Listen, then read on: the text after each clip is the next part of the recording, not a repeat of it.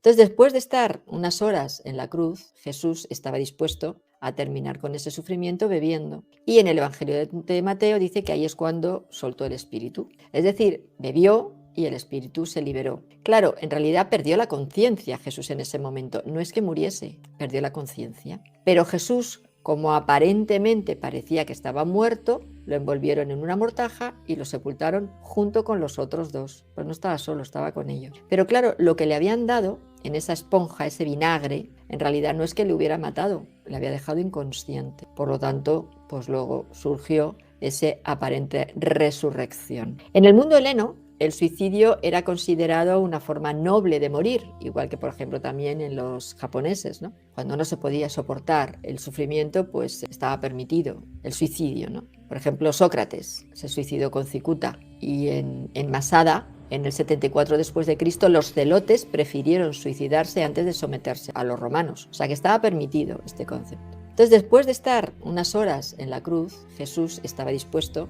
a terminar con ese sufrimiento bebiendo. Y en el Evangelio de Mateo dice que ahí es cuando soltó el espíritu. Es decir, bebió y el espíritu se liberó. Claro, en realidad perdió la conciencia Jesús en ese momento. No es que muriese, perdió la conciencia. Sabemos que a cada lado de Jesús había, dicen, dos ladrones. En realidad no eran ladrones, eran celotes. Eran los celotes que estaban con Jesús, que estaban en la misma comunidad de Qumran. Se les conocía como ladrones, pues porque habían dado dinero ilegalmente para conseguir sus propósitos, pero no porque fueran ladrones. Es curioso porque los romanos no ejecutaban a la gente por robar. Tenían que haber hecho algo mucho más gordo. Por lo que eso de que Jesús estaba acompañado de dos ladrones, volvemos al mito, no era verdad. Jesús había sido acusado de muchas cosas, pero prioritariamente el miedo era que era rey y podía desbancar a los romanos, ¿no? Pero también se le había acusado de fanatismo, por supuesto de pretender ser el rey de los judíos, pero un rey militar.